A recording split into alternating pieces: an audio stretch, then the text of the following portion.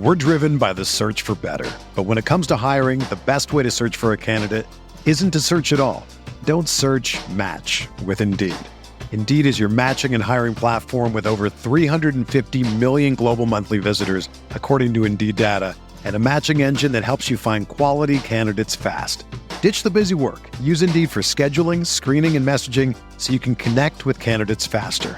Leveraging over 140 million qualifications and preferences every day, Indeed's matching engine is constantly learning from your preferences, so the more you use Indeed, the better it gets. Join more than 3.5 million businesses worldwide that use Indeed to hire great talent fast. And listeners of this show will get a $75 sponsored job credit to get your jobs more visibility at Indeed.com/Blue Wire. Just go to Indeed.com/Blue Wire right now and support our show by saying that you heard about Indeed on this podcast. That's Indeed.com/Blue Wire. Terms and conditions apply. Need to hire? You need Indeed.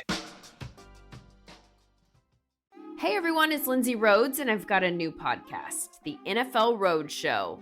Fun and kind of nerdy conversation about the NFL every Monday, Wednesday, and Friday. I've got some amazing guests that are joining me. I'll be breaking the huddle with the top stories, previewing games. We'll get you set for the weekend fantasy with our Fantasy Friday episodes, and we'll answer some of your questions as well. So subscribe to the NFL Roadshow on Apple Podcasts, Spotify, or wherever you get your podcasts.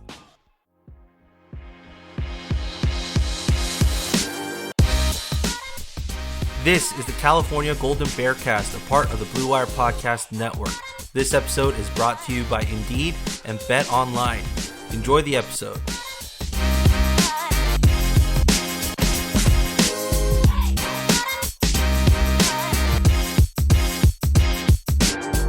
And welcome back to another episode of the Golden Bearcast.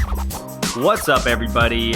My name is Andy, along with my co-host, Rob Huang. We are a part of the Blue Wire Podcast Network and excited to be talking to you about nonsense.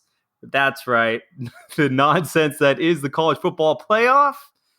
And we know that this is the content that you come for because Cal played 4 games. And so this is what 2020 delivers, and we deliver to you fresh, ready to go with the Domino's guarantee. Rob, my friend, what is happening in your world? What's going on? We played 4 games. There are 4 teams in the college football playoffs. There are 3 games in the college football playoffs, and we lost 3 games this season. The math checks out. The math fully checks out. I don't think we've come to fully celebrate the fact that we technically, but not really, but kind of, but not really beat the Pac-12 champion. Yeah. See, the problem with it is I refuse to acknowledge Oregon as the Pac-12 champion because rightfully so. They didn't make the Pac-12 championship game except for the fact that Washington had to bow out. So they got the round robin second place seed into the game and they won the game. Good for them. They won a game, but I refuse to acknowledge that as an actual back-to-back title, as so many of my friends in that damn text message chat that I'm in have been reminding me about, which is they firmly believe, and rightfully so to some degree too, that Oregon is the Pac-12 champ. So I want to take it, but then I know that if I take it, and I'm like, oh yeah, we beat the Pac-12 champs. Then I'm like, I have to acknowledge them as Pac-12 champions, which I'm unwilling to do. I think you can acknowledge them as the winners of the Pac-12 championship game. That doesn't necessarily mean they won the Pac-12. They won the game that just decided who the champion was. Champion in air quotes. Yeah, champion in air quotes. Come on. Think about it, right? Washington became the Pac-12 North champs because they didn't play that game against Oregon. And because Washington backed up into it and then couldn't play in the championship game, Oregon went. So Washington fans are probably pissed because they're like, if we had just played the game, like who knows what would have happened. And then Oregon fans are like, well, they didn't. and they still won it. So technically, we could have had a chance to win it, and we were given the chance. This is one of those years that's going to be debated on, at least between, like, let's say, Oregon fans and Washington fans for the foreseeable future. The what if is so huge here between those two teams. And I do kind of wish that we had this scenario for the World Series. It would be easier for me to deny the Dodgers fans, but somehow baseball like pulled off like an actual season. And, and then it seems like it was so funny because it was like at the time I remember we were like, damn, baseball really missed the boat by like starting when they did and ending when they did. And it just seemed like it was kind of a train wreck. And then college football and the NFL went off without a hitch. And everyone was like, wow, like this is so much better. And, baseball strikes again. And then boom, it's like disaster everywhere. College football is a total train wreck.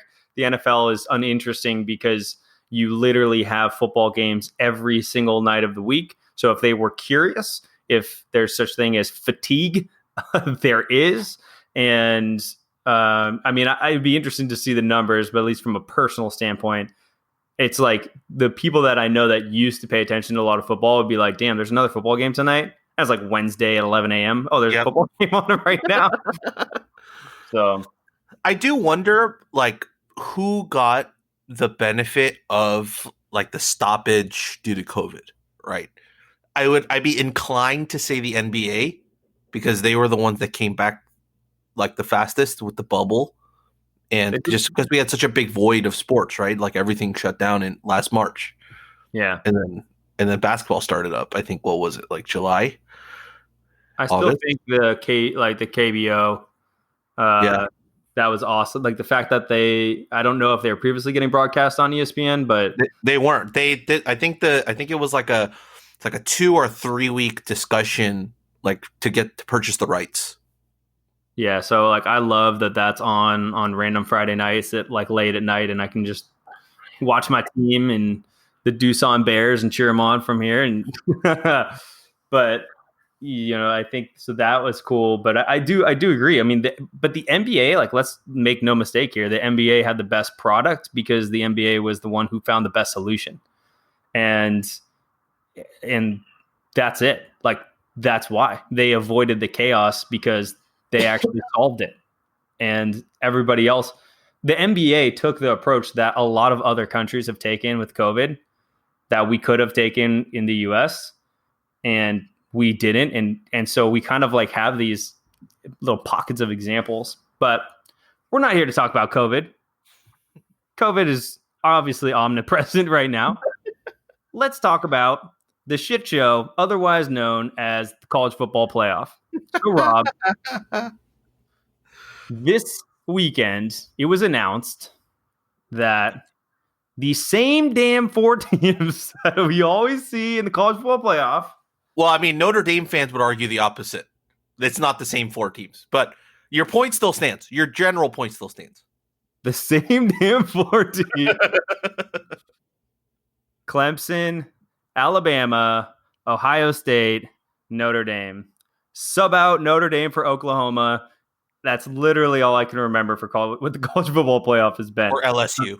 Outside of one Washington team and LSU winning last year.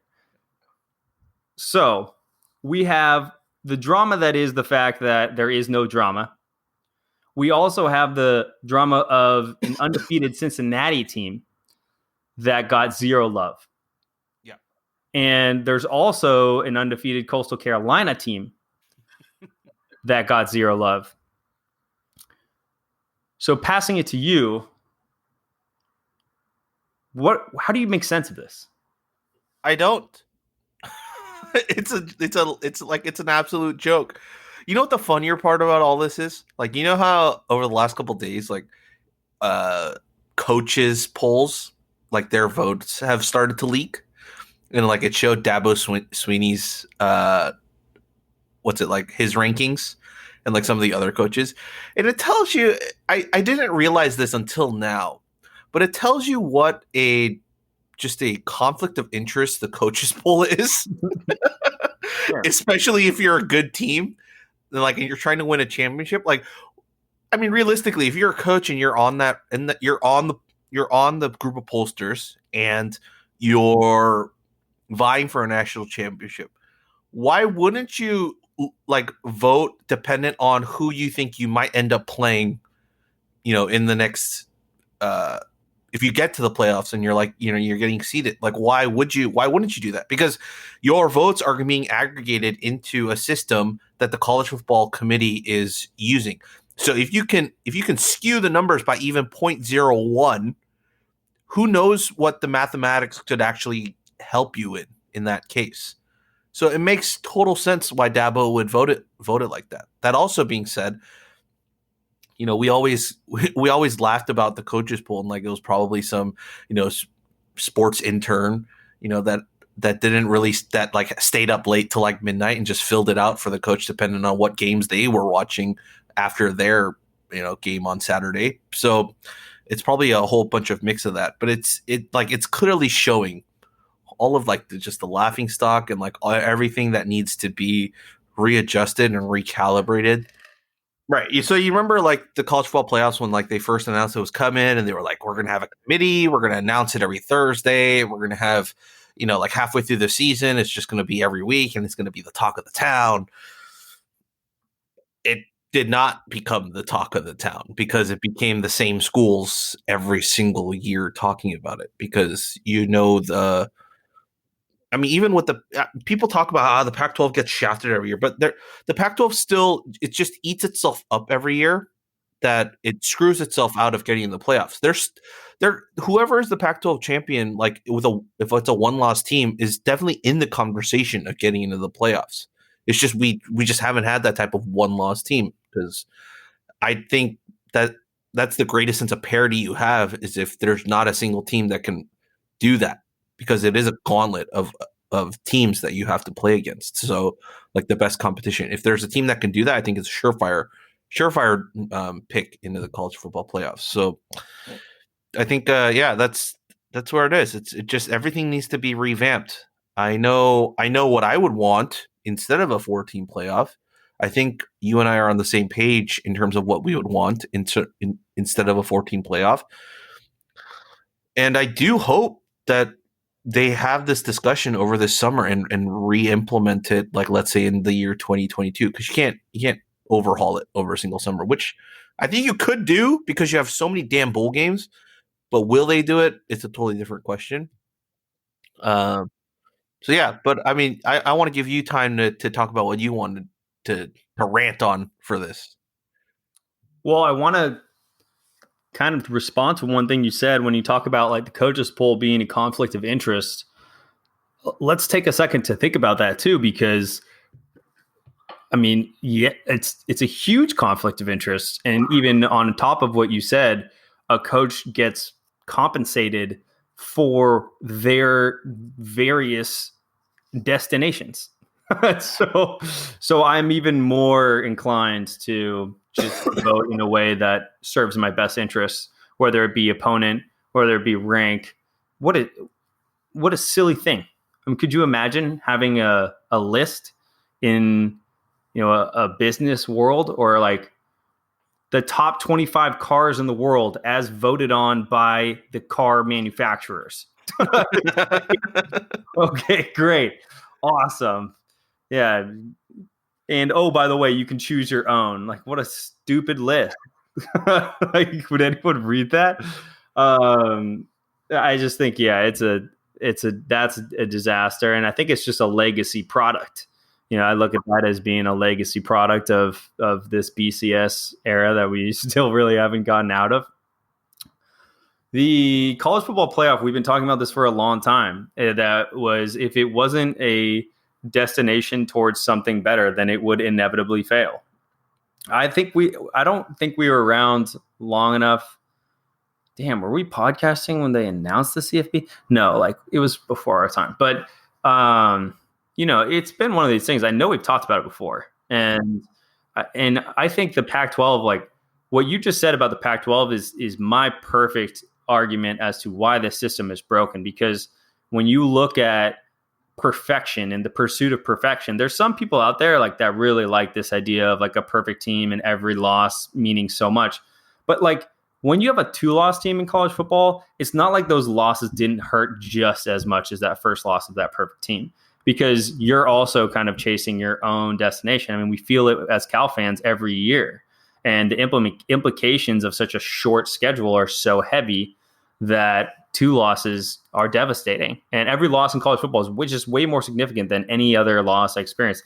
Obviously more than baseball, NHL, or basketball, but even more than the NHL because of just the sheer amount of games. So I think the stories that are interesting are like the potential wild card teams or at large bids, like having a Cincinnati or a Coastal Carolina play Alabama. That's what I want to see.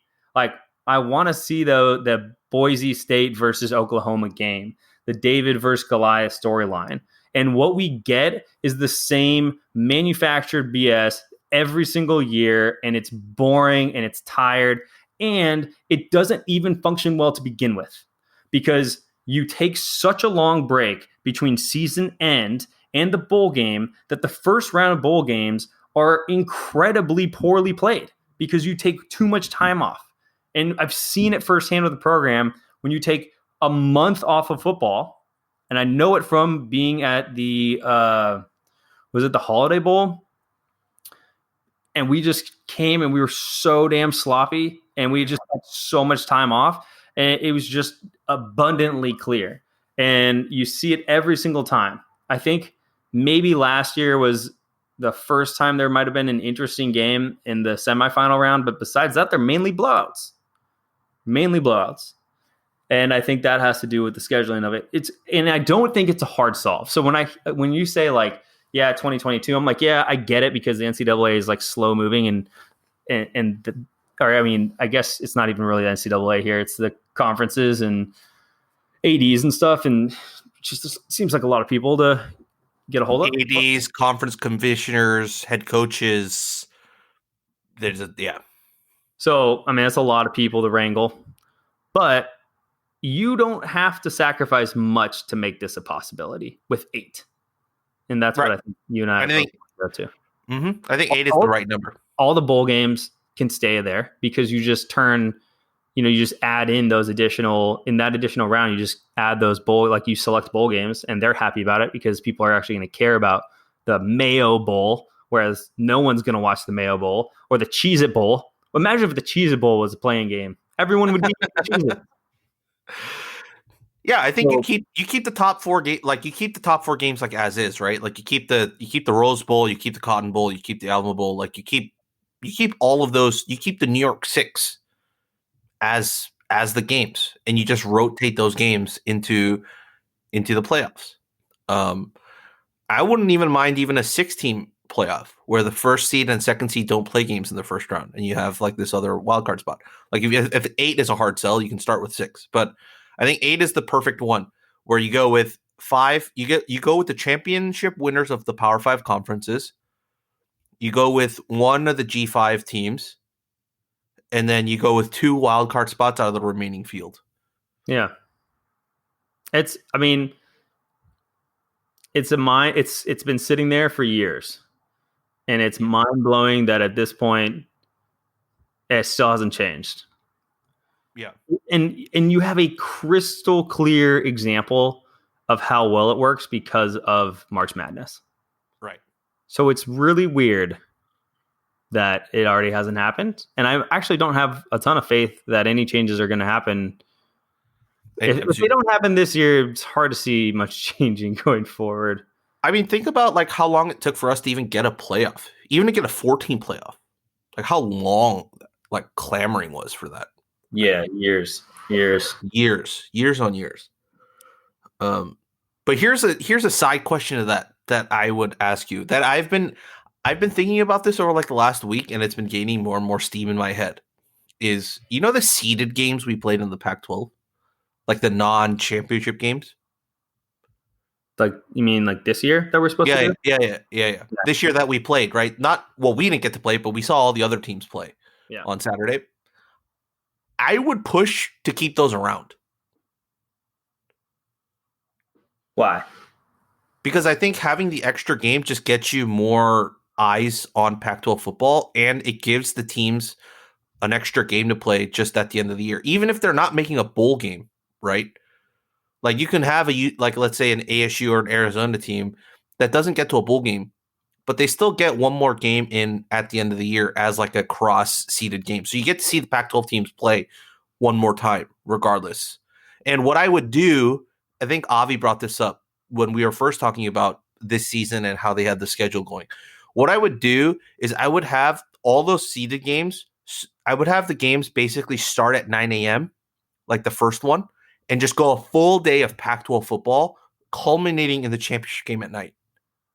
Do you imagine how many eyes would be on like the Pac-12 that day? Just because there's going to be a game basically playing at every hour of the day starting in the morning.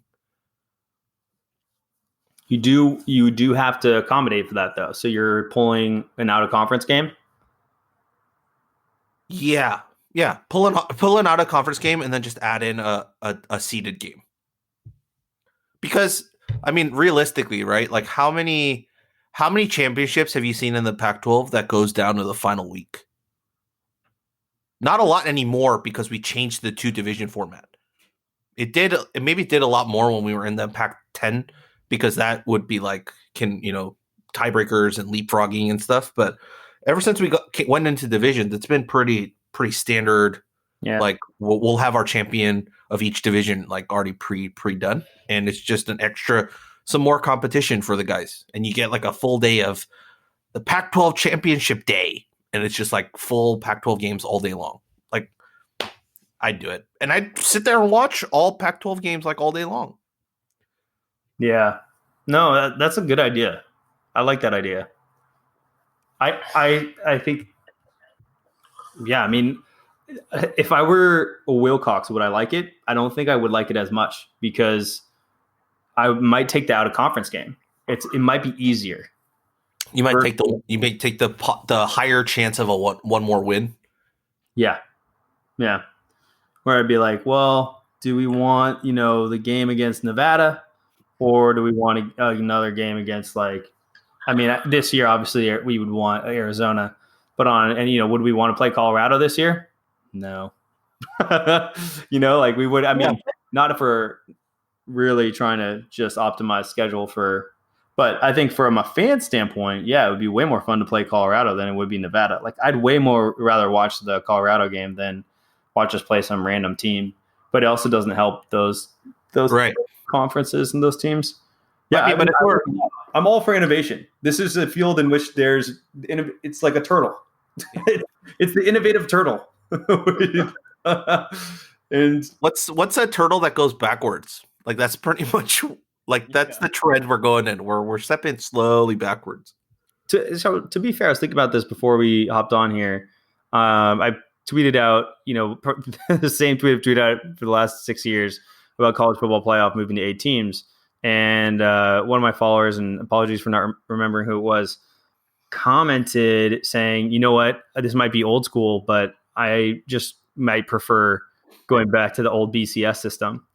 And I mean, I don't want to go back to that. But at the same time, I was like, there might have actually been more drama with the BCS than there has been with the college football playoff, because one, a lot of the naysayers a lot of people's concerns were quelled, if you will, by having a playoff system. Yep.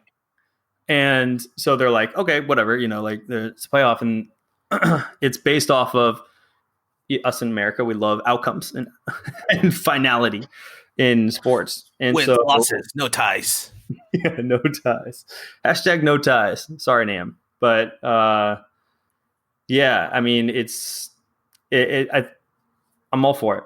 Basically, I'm all for your idea. So run it up to Josh. Make sure he gets that to the Pac-12 to Larry. We'll see what happens. Yeah, I don't know what the answer is, but I mean, I would love to see 8 teams. Like, what is that? You have 4 games in round 1, so that'd be 1 week, and then you get another 2 games the following week. Right? Is it 2 games? If it's an 8-team playoff? Yeah, you're right. Okay. Yeah. and then you get your championship week. 3 weeks. Yeah, 4. Yeah, you go from 4 4 to 2 to 1. Yeah, 4 to 1. Yeah, It's not hard. I mean, like realistically, I'd like 16. But we're choosing to do 8 because it's not that hard, and I think 8 is so much. It would just be adding one more week. So here's the thing too. Let's just play one hypothetical, which I don't always love to do, but let's do it here. USC wins against Oregon. Keaton doesn't have a really bad game for no reason, for whatever that reason that was. So SC wins, is undefeated in the Pac-12, but only plays, I think, 6 games. 6 games, yeah. And then they don't get selected. There's no way they were getting selected. Yeah, now you have a third undefeated. Third undefeated into the fold. That now is a conference champion that didn't get selected into college football playoff. What a disaster that would have been. And SC would have been up in arms. And so, I mean, in some ways, CFP is lucky that didn't happen. You know what needs to happen one of these years, in the next 1 or 2 years for a real change to happen, is basically the Power 5 conferences basically needs to align itself in terms of champions. So all the champions, let's say in all 5 Power 5 schools, go 11-1, or they go 12-0, all 5. And then they have to decide who they're going to take. And then that's when you'll get the very prominent outcry of how this doesn't work because of these scenarios. Yeah. Let's open it up. Well, the best thing would be you get that, and then you get a UCF team that goes undefeated too. Then you got 6 teams that are undefeated or just 1-loss teams. And you're sitting there how the hell are you supposed to choose which one goes in, which one doesn't? Yeah. That's what you need. I mean, if there's no changes after this year, then there's probably little hope. But I do think that what will happen is the product suffers. Fans will kind of tune out because, I mean, people want fairness. That's it. People want to be treated equally. Yeah. Well, I mean, on that point, what I'll say is it's clear the NCAA is only able to do one thing at a time. We know that for a fact. And the one thing in terms of that, and where I'll give them the time they need, is right now that the name likeness and image thing is running rampant. There's bills in states that are about to be ratified. There's new bills and new states coming out.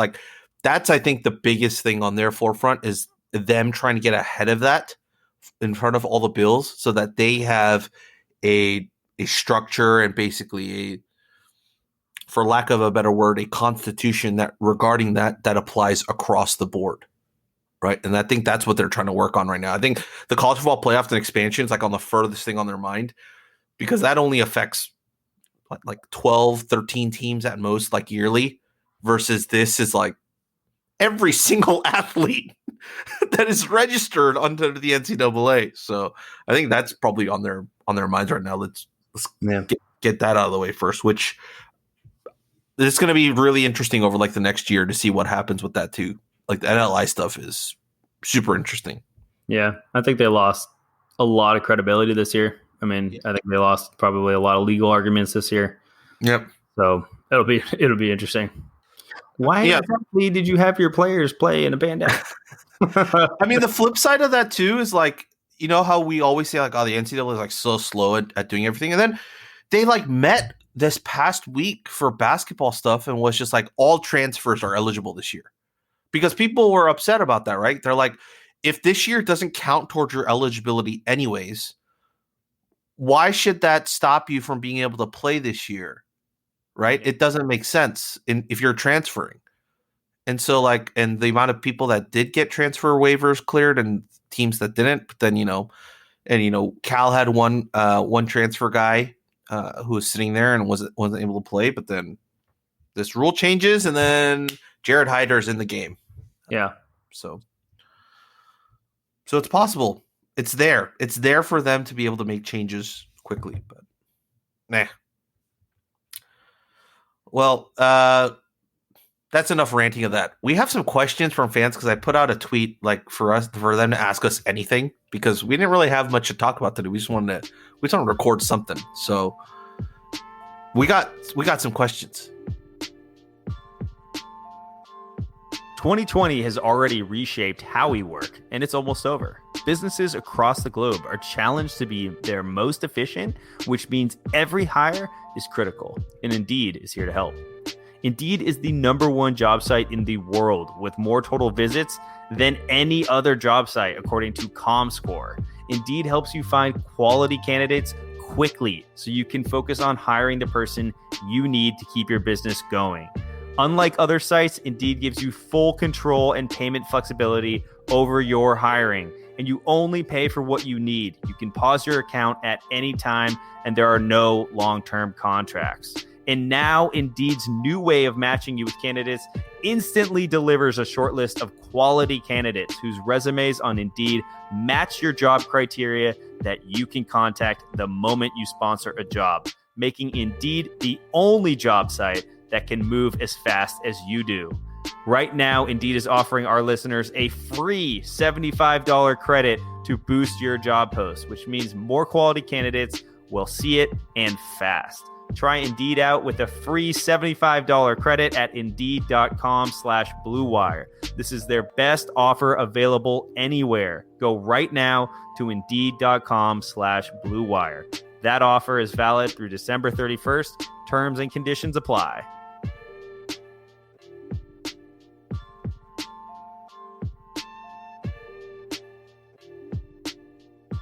Football is back in full swing. Kind of, not really, mainly not. You might not be at a game this year, but you can still be in on the action at BetOnline. BetOnline is going the extra mile to make sure you can get in on every possible chance to win this season. From game spreads and totals to team, player, coaching props, BetOnline gives you more options to wager than anywhere else. Can we, and I ask you this, Rob, can we please see if BetOnline has odds on whether or not the game this week will be canceled due to COVID? We'll see. You can get in on their season opening bonuses today and start off wagering on wins, divisions, and championship futures all day, every day. Head to BetOnline today and take advantage of all the great sign-up bonuses. Don't forget to use the promo code BLUEWIRE at betonline.ag. That's BLUEWIRE, all one word. BetOnline, your online sportsbook experts.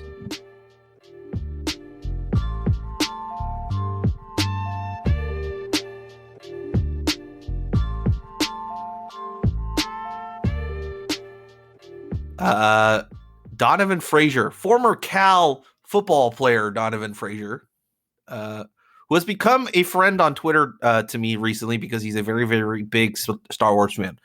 And he asks, is it appropriate to ask about reactions to the Mandalorian finale? Much more satisfying than the playoff selections, in my opinion. I guess that's a very good segue. You do not watch The Mandalorian or have not watched The Mandalorian. I have watched all of The Mandalorian. You have watched all The Mandalorian. Oh, okay. Even better then. I wasn't sure whether you had watched it or not. So, all right. Without spoilers, because it's only been a week since this finale's been out. So I don't want to spoil like the major reveal and plot points in it. But what were your thoughts on the finale? Like when you were watching it, what emotions were going through you when you were watching that episode? Oh man, I really didn't want to go first. You want me to go first? Yeah, you go first. So what were your thoughts on the finale? Yeah, the finale was awesome. I think it was more than I could have expected. The lead up into the finale, I think they did a superb job of, right? That whole thing of like when Grogu sits on that seeing stone and then Ahsoka's like, he'll reach out and someone, if there is a Jedi listening, will respond. And then as soon as that episode ended, like you go to Twitter and then it's just like the rumors start to go rampant, right? Which Jedi is it going to be? Is it going to be Luke? Like, because realistically, Luke is probably the only one that's a real Jedi at that point, like in the universe. Could it be, Ezra from the Star Wars Rebels line? Could it be Cal Kestis from the Star Wars Fallen Order video game? Because clearly, after they had brought Ahsoka in from cartoon into live action, anyone else in that expanded universe was fair game. And so you saw the rumors start to go rampant, and then that episode hits, and like you see all the other plot lines, they start to open up into, you know, the more TV shows that they're going to be diving into, because at the investors meeting, I think last week or the week before, Disney announced that Ahsoka is getting her own TV show. At the end of the finale, it says the Book of Boba Fett, which Jon Favreau actually cleared up, I think yesterday or this morning, saying that is separate of the Mandalorian, because people were thinking like Mandalorian season 3 was going to be about Boba Fett, but it's not. Like the Book of Boba Fett is going to be its own series off on the side. Mandalorian's done though, right? That's it. No, season 3, 2021. What? That's already been announced. Yeah. So there's just a lot of they're like expanding it. They're expanding it into TV shows. So where it goes, like what they're gonna do, is awesome. But then that final like fight scene with like the reveal and the person that appears, and you're just sitting there watching it. You're like, this is what I expected from the movies. This type of like emotion that makes me feel like I'm 9 again, of just like your jaw dropping and you're like in awe. Like that's what I wanted from the movies. And there were moments in the new movies that you got that, but you didn't get that like throughout. But you got it throughout in this episode, at least for me. So that's my reaction to the finale. But what about you? So let me just give you guys, our listeners, some background. Rob buys me a ticket to go see the Force Awakens, I think, which is the first. The second one, The Last Jedi. Is that it? The Last Jedi. Yeah, The Last Jedi. Rob buys me a front row seat to go see this one. So I saw the first one in theaters. Rob doesn't know. I saw it with my friends. Kind of laughed most of the time. Didn't really think it was that good. Then Rob buys me tickets opening night with Trace and others to go see this Last Jedi. Yeah. And I proceed to go to the Black Bear Diner with this group of people that are so much more into Star Wars than I am. Getting things that I just am like, I had no idea. And I was like, I didn't think the movie was very good. But you don't want to like sour the mood. You know, no one wants to be that. Yeah, we've had this discussion. Yeah. So that's my experience with Star Wars recently. And I appreciate The Mandalorian because it's entertaining. Mm-hmm. And what I felt like happened for me this season, I felt like the plot was a little bit more predictable and boring than I would have liked. And I felt like the acting was worse. And it was harder and harder for me to forgive some of that, where I started to fall out of interest with the plot. And then the end happened. And the end, I agree with you entirely. I was like pretty emotional. Yeah. And I was like, damn, that was awesome. But at the same time, I felt like my original sort of reaction to the show as a whole was that the show itself might be just good. And I thought it was more in line with my experience with the movies, where everyone else like really loves the movies. And I'm kind of like, yeah, you know, they're cool. But like the show, I really like The Mandalorian. I really like Pedro Pascal. Like I loved him in Narcos. And so, you know, and Baby Yoda is dope. Like everyone has been awesome on that. But I do think some of the acting has sort of like, dude, man, like those dudes, those white dudes that are the evil guys, like they're so stupid. Oh, sorry. They're just like, they're so dumb. And I'm like, I don't know if it's from playing like video games. I'm like, these tactical decisions should not be working. Like you should not be able to do this. Like, and yet they work every time. And so I think what I'm asking for is a little bit more failure than what the show kind of delivered, and show like actual adversity. Whereas I felt like they were scared this season. There was more adversity to me in the first season than there was in the second. And so I sort of missed that. I thought the ending was great. I did think the show was over. I was actually pretty excited and surprised that I was like, oh, they're smart. They're only going to do like 2 seasons, then move to Boba Fett. And apparently that's not the case. Well, I mean, the big plot hole they left is with the Darksaber, right? And that whole thing about Mandalorians and the planet of Mandalore, like they left that wide open. And I think that's probably what's going to be talked about and tried to solve in the 3rd season. But I agree with you that a lot of the plot was a little bit slower. It felt like because all of us play video games, right? It's like, this is the story mission that I need to do, which is, A. But in order to do that, I have to get this item from side quest B. And that's kind of what it felt like this season was, which was like between episode 1 and 3, that'd be the main missions. And then episode 2 would be that side mission that I needed to get this item for. Like getting the frog lady to that planet. Was that really necessary? Probably not, but it got him to the planet that he needed to go, right? That was the main mission. So like it was just those certain types of it was unnecessary. Let's be honest. The frog person, they only kept that because of Baby Yoda eating those damn eggs. Yeah. Like, that's it. Yeah. That was hilarious. And there was so much fan service in this season, though. Like, I know like Ethan, a buddy of mine, he went nuts when Bo-Katan shows up, because Bo-Katan who's the de facto leader of the Mandalorians who lost the Darksaber. Like, she's a big part of the Clone Wars animated series.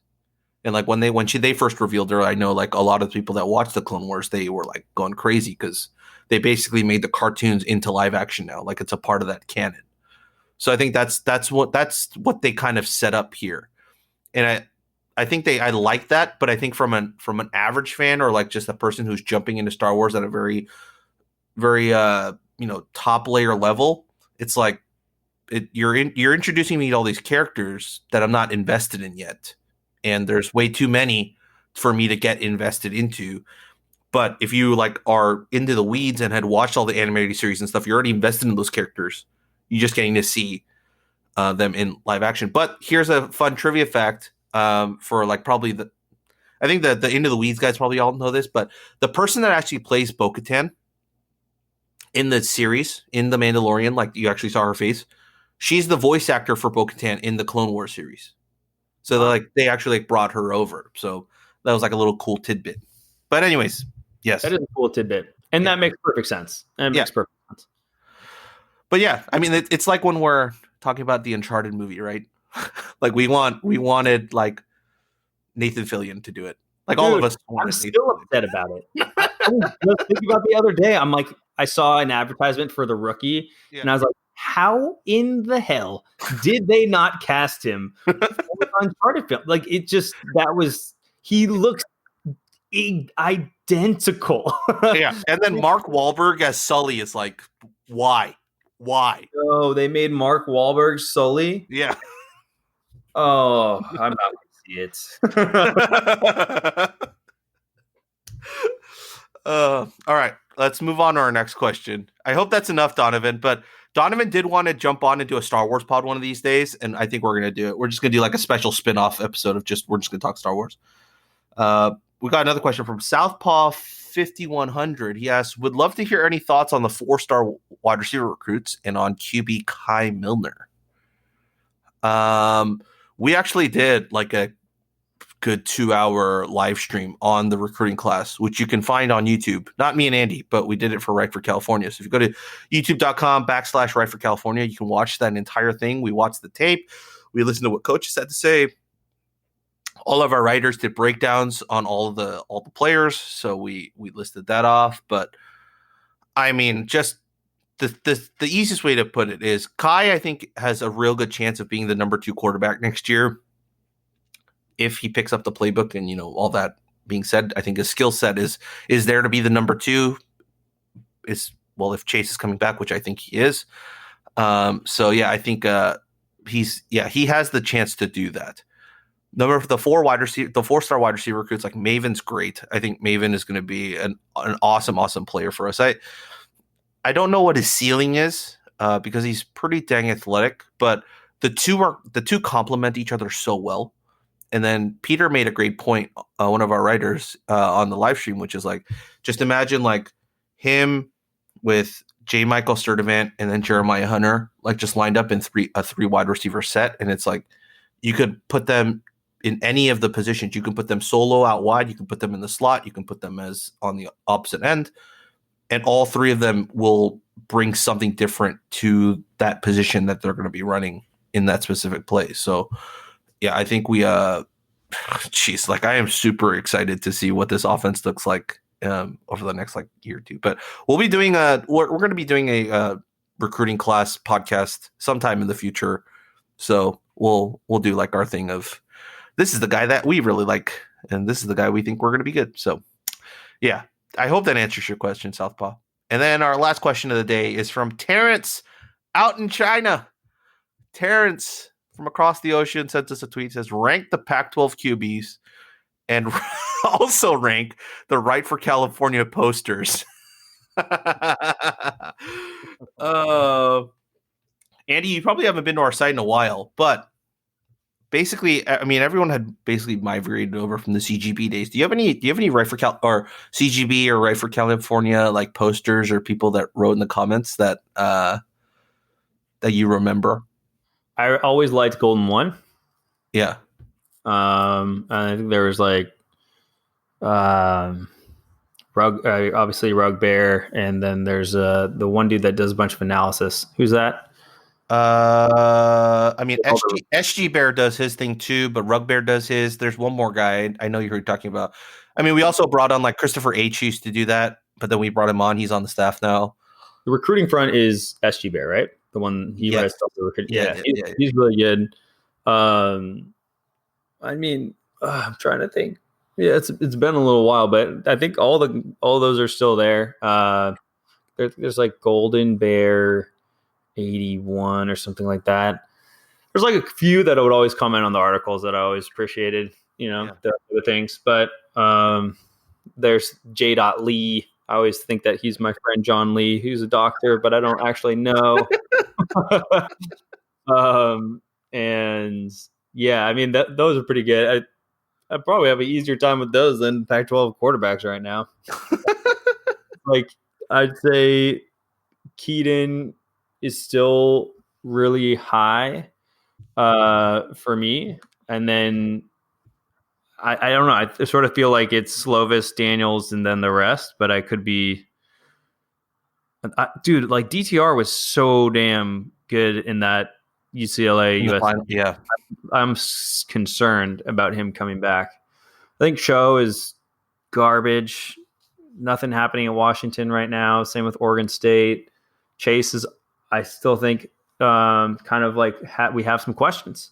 There's people I know that are talking about like I'm surprised to hear you say that like Kai will come in and be that high. I still think like Spencer Brash has a freaking cannon, so I'd be interested. I haven't seen him in practice like you have, but I'm still like as a casual fan, kind of optimistic about him. Well, here's the thing. The only reason I say he might be the number 2 guy is because he's, Bill Musgrave's first quarterback. And if I mean, I hate to say he's going to play favorites, but if he brought him in because he liked his skill set versus the other quarterbacks that were brought in under Bo Baldwin's like recruiting over 2-3 years, right? Then that becomes an issue because we were right there. I mean, Miller Moss was there. I don't want to say for the taking, but he was still available, and it definitely didn't feel like we recruited him as hard like down the stretch after we brought on Musgrave. So if we, let's say for the sake of the argument, and I don't have any details on this, but let's say for the sake of the argument, they switched their recruiting spotlight onto Kai from Miller Moss when Bill Musgrave jumped on, then that's his guy, right? So yeah. But here, let me read you through the top 12 guys, right? It's Keaton. I'm going by passing yards. So it's Keaton, then Davis Mills, then Tyler Shuck, then DTR, Sam Neuer of Colorado, then Dylan Morris of Washington, Jaden Delora of Washington State, then Jake Bentley of Utah, Tristan Gebbia of Oregon State, then Garbers, then Jaden Daniels, then Grant Gunnell. So that's one quarterback accounted for every single school, right? Yeah. Yeah. Slovis, Daniels, Mills, the rest. Yeah. Because I mean, Grant Gunnell's gone, right? He's transferring out. So number 12 is out the door.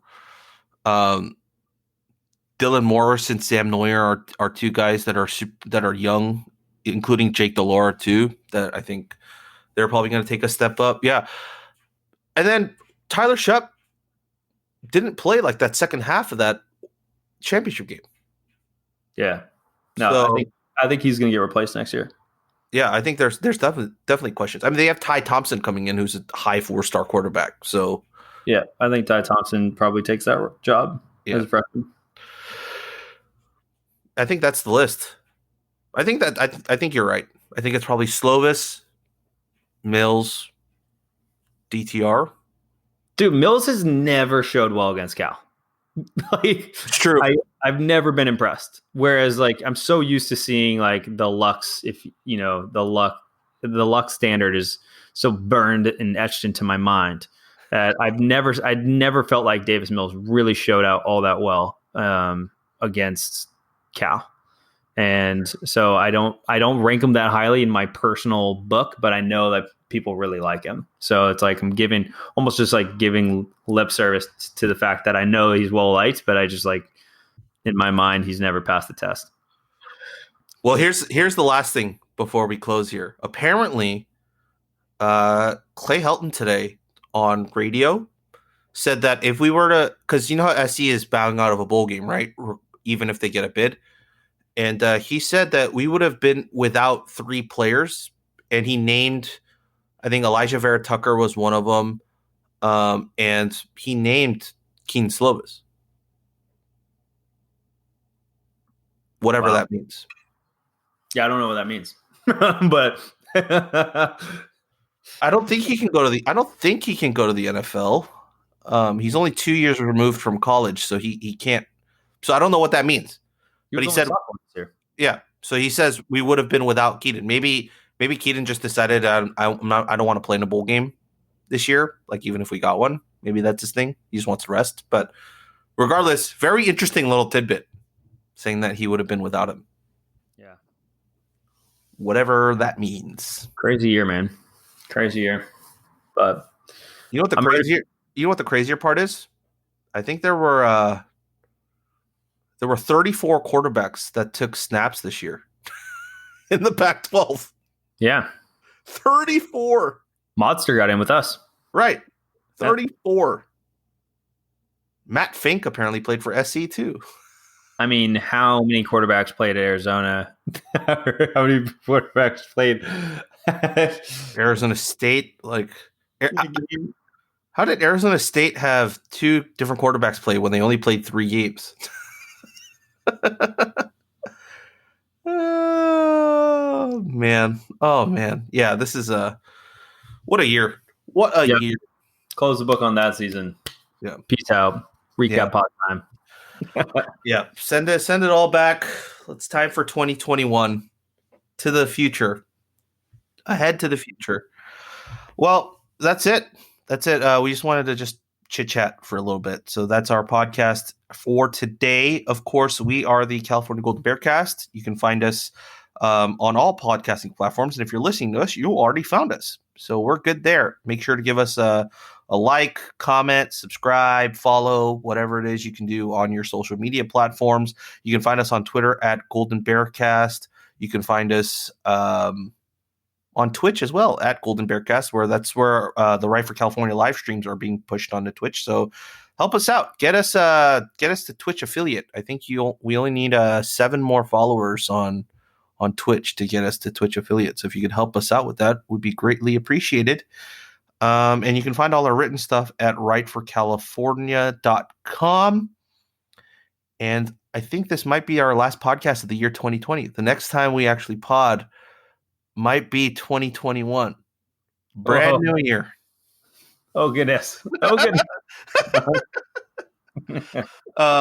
I guess because since this will be our last 2020 pod, I will just say for all of those listeners who stuck with us through the year 2020, we greatly appreciate it. We wish you a happy holidays and the year well as you possibly can. And we hope you'll stick with us for the 2021 season and beyond. Seriously, echoing that. Thank you so much for listening to us. It's amazing that two guys like us have anybody that listens to us. So we're really grateful. We're grateful for the questions, the interactiveness. If and when we get back to Cal games, reach out to us about coming to say hi at the game. We'd love to make that personal connection and just meet, Cal fans everywhere. So onwards to bigger and better things in the new year, and have a safe and blessed holiday. Go Bears. And as always, go Bears.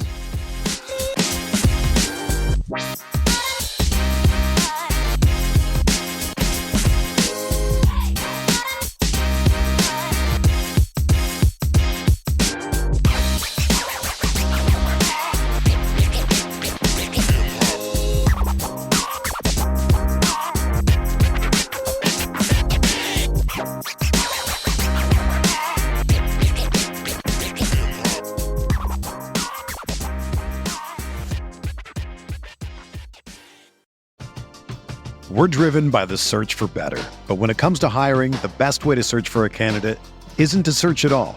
Don't search, match with Indeed.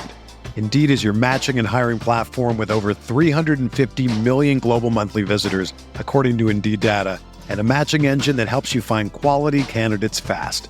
Ditch the busy work. Use Indeed for scheduling, screening, and messaging so you can connect with candidates faster.